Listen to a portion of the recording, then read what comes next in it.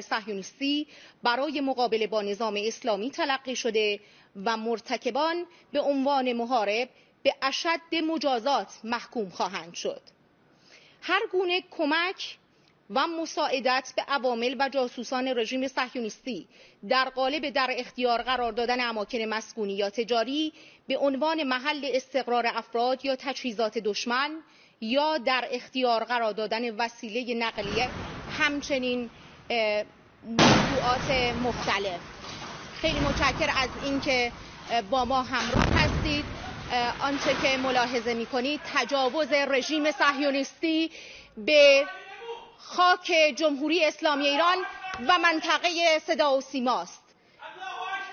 آنچه که ملاحظه کردید تجاوز آشکار رژیم صهیونیستی به صدا و سیمای جمهوری اسلامی ایران است. معاونت سیاسی صدا و سیمای جمهوری اسلامی ایران هدف حمله متجاوز قرار گرفت. الله اکبر، الله اکبر، الله اکبر. مردم شریف ایران آگاه باشید. آنچه که دیدید، صدایی که شنیدید، صدای متجاوز به خاک وطن، صدای متجاوز به صدای حق و حقیقت است.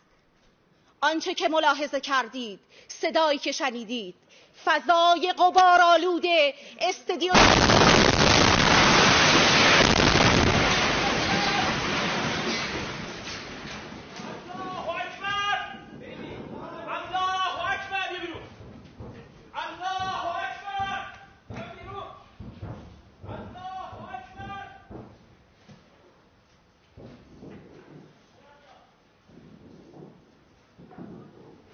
صهیونیستی برای مقابله با نظام اسلامی تلقی شده و مرتکبان به عنوان محارب به اشد مجازات محکوم خواهند شد.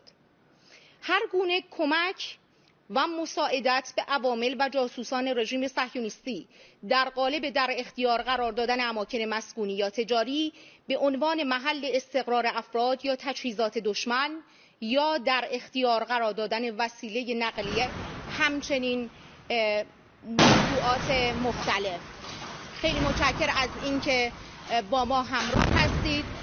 آنچه که ملاحظه می‌کنید تجاوز رژیم صهیونیستی به خاک جمهوری اسلامی ایران و منطقه صدا و سیماست.